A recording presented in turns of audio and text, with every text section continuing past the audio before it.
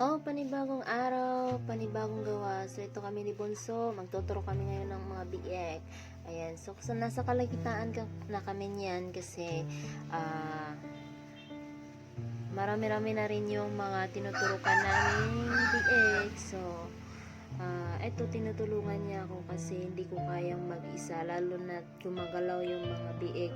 At ang iingay, ang kukulit. So, kailangan ko talaga ng katuwang. Ayan, so itong si kapatid ko, si Bunso, panay reklamo kasi bakit daw ang haba ng karayom. Siya yung natatakot para sa mga biik kasi iyak ng iyak ang mga biik. Pero thankful naman kasi nagawa ko naman lahat and nakaya ko naman. Kasi first time ko din magturok.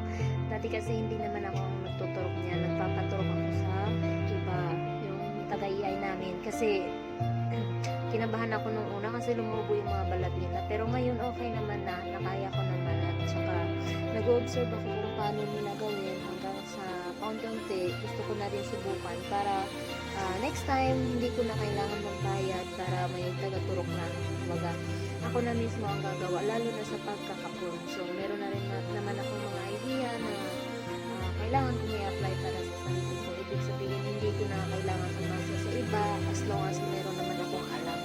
So, nakakatuwa lang kasi unti-unti is nakakaya ko silang turukan lahat dahil sa tulong ng Bunso. So, ayan, nagulat lang ako kasi yung iba dyan, wala. Andun pala sa labas, gumagala. So, pinulot ko lang dun sa labas para maturukan natin kasi binibilang ko bakit kulang. Ayan. So, panghuling panghuling tuturukan andun sa labas. Kaya ito na patapos na rin naman ako sa pagtaturok. Ayun